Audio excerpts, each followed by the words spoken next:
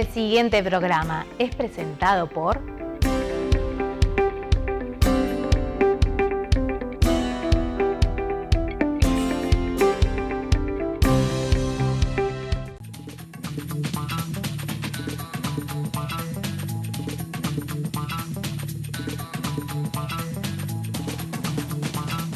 ¿Qué tal, amigos? Un gusto. Pasaron ya 7 días, estamos una vez más con Seguridad Vial, programa 343 que compartimos como siempre con Daniel Rosich. Muy bien, Jorge, muchas gracias. Y bueno, hoy con un programa que a mí, a Jorge por lo menos, nos sorprendió. Nos sorprendió porque, bueno, trajimos una invitada que de alguna manera nos informó de algo que, bueno, que no vamos a contar. Lo vamos a invitar a comenzar este programa número 343 de Seguridad Vial.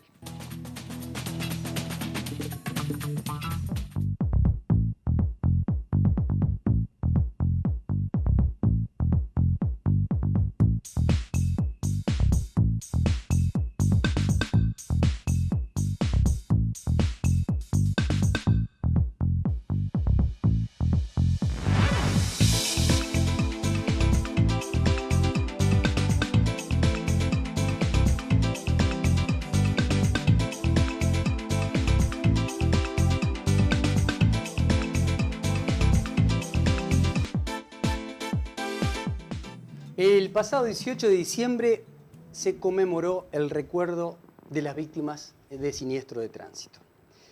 Hoy nos acompaña la señora Begoña Grau, que es licenciada en Filosofía y Ciencias de la Educación. Begoña, bienvenida. Muchas gracias.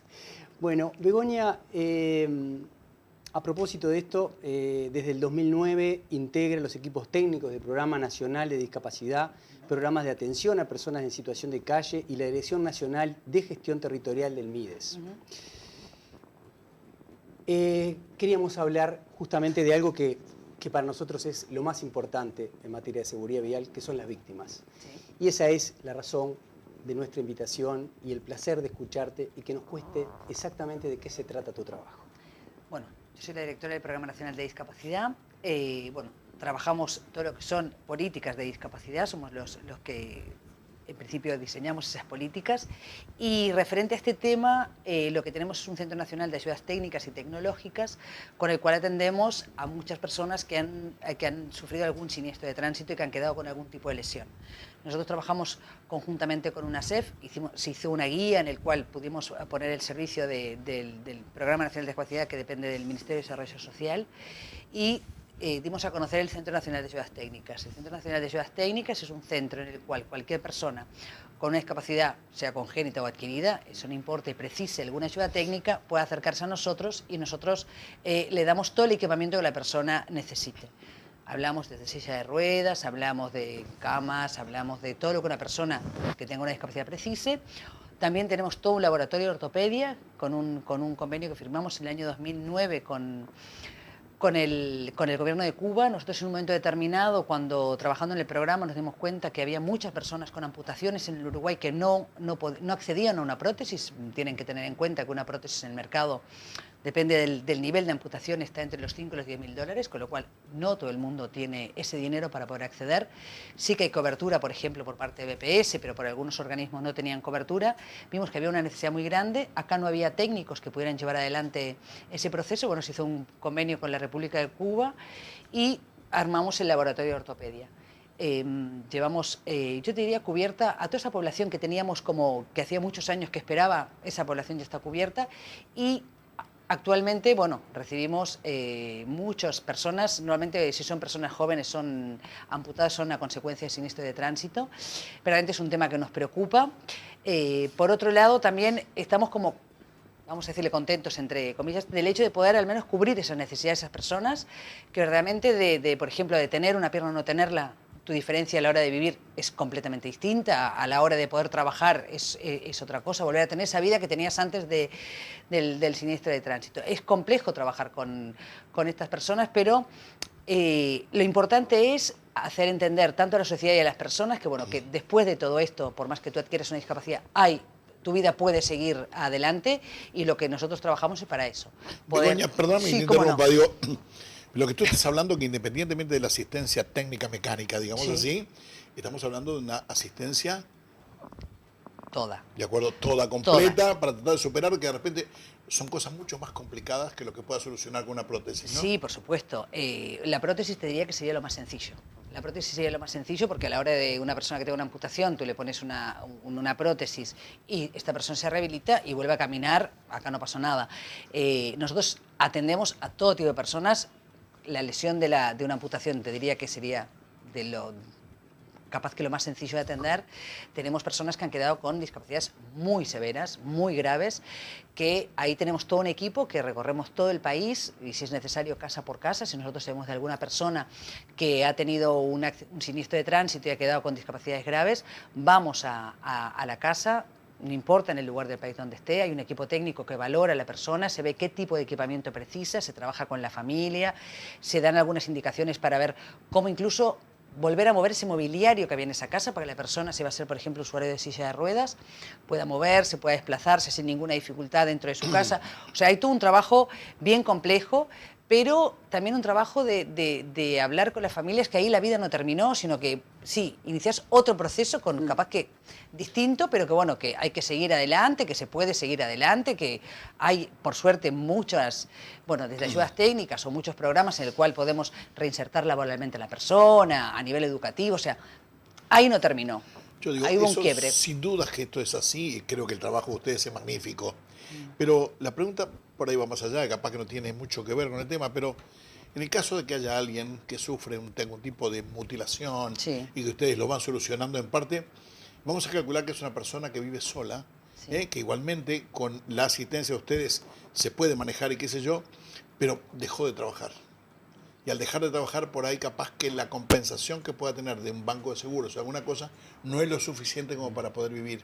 ¿Está comprendido en su asistencia algo de ayuda Mira, económica? nosotros ayuda económica tenemos la que da el Ministerio para otro tipo de... O sea, si una persona verdaderamente a nivel económico está muy complicada, el Ministerio tiene algunos programas específicos para esto. Nosotros sí que intentamos que si una persona dejó de trabajar, ver de poder reinsertar laboralmente, porque...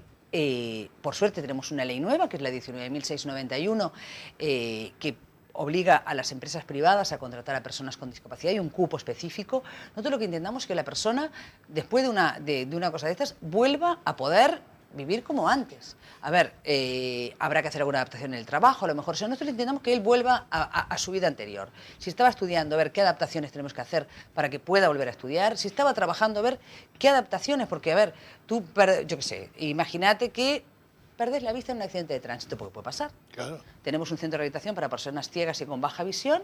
Bueno, toda esa persona le puedes hacer todo un proceso de rehabilitación y vuelve a ser igual que era antes, sin visión, pero no importa, pero aprende las técnicas de orientación y movilidad, aprende todo lo que son habilidades de la vida diaria, aprende a manejar todo lo que es la tiflotecnología, que sería todo lo que es computación, con lo cual tú después puedes trabajar para que esta persona vuelva a incorporarse a su lugar de trabajo, seguramente con algunos ajustes razonables y modificando la tarea, pero puede ¿Sabes ser un qué? trabajador tan activo como cualquier otro. Hace poco tiempo atrás me invitaron de Santa Lucía, en el departamento de Canelones, era un tema de la policía comunitaria, intervenía toda la sociedad, y pusieron a dos personas que habían sufrido accidentes, uno en una moto y el otro con un automóvil, qué sé yo. Uno había perdido una pierna, el otro quedó, viste, en silla de ruedas, qué sé yo.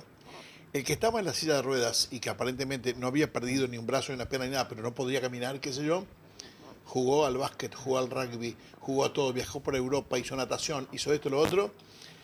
Se pone a hablar contigo y realmente te produce una emoción tan grande de decir qué fuerza tiene este hombre para salir del tema más allá de la ayuda que tú técnicamente le puedes dar. Claro. Pero había la otra persona que lo veías con una lucha permanente para volver a hacer algo, de sentirse útil, que por ahí era lo más importante y todo, pero que le costaba mucho más porque naturalmente somos todos distintos, Sí, claro. y por ahí la ayuda también debe ser diferente. Y sí, cada persona frente a una... Bueno, todos somos diversos. Sin Entonces, duda. cada persona frente a una cosa de estas lo enfrenta de la manera que puede. Vamos acompañando. Pero yo pienso que el mensaje más importante que debemos decir es que, por suerte, tenemos un montón de políticas que nos ayudan en todo esto, hay un montón de programas que nos ayudan en todo esto. Entonces, sí, nos ha pasado algo, adquirimos una discapacidad, bueno, pero ahí no termina, la vida no termina ahí. Ahí sí, empezás un periodo distinto. Pero bueno, hay que pensar que tenemos ayudas técnicas, hay transporte, hay deporte, hay otras cosas con algunos ajustes, con algunas adaptaciones, pero bueno, podemos volver a hacer la vida que hacíamos y sí, con algunas adaptaciones, pero claro, con modificaciones. No termina. Muy bien. A veces la gente no sabe la magnitud de la cantidad de siniestros y cómo tener que llegar a estos recursos cuando las noticias no son muy buenas, ¿no? Pero tú comentaste que anualmente hay un promedio alrededor, que ya por supuesto nosotros lo comentamos bastante seguido, de 25.000 lesionados por siniestros de tránsito, que equivalen a veces a una población, ¿no? Como en el caso que tú decías, Opando o Rocha, tiene esa cantidad de siniestros o de siniestrados. Y además de esa cantidad de siniestrados, algunos son leves y otros son graves. Aquellos graves son, y lo que repetimos siempre, son con secuelas para toda la vida. Esos son los que puntualmente ustedes atienden. Y ¿tienen una idea de qué cantidad corresponde a esa cantidad de siniestrados? Mira, nosotros cuando empezamos a trabajar con UNACEF, empezamos como nosotros tenemos un registro informático de todas las personas que llegan y empezamos como a poder ir haciendo como en una base en la que vamos poniendo este es por un siniestro, esto por no, porque nos llega gente por distintos motivos. Hemos empezado a hacerlo, ya te digo, si hablamos de personas jóvenes, la mayoría de las personas jóvenes que nos llegan para darles equipamiento o para lo que son prótesis y demás, la mayoría son por siniestro de tránsito. Puntualmente le preguntaba porque si alguien tenía un siniestro de tránsito, tenía un familiar en esas condiciones, ¿de qué manera se podía comunicar y cómo lo hacer? Pero te voy a pedir una pausita para los avisadores y seguimos enseguida con más seguridad vial. Dale.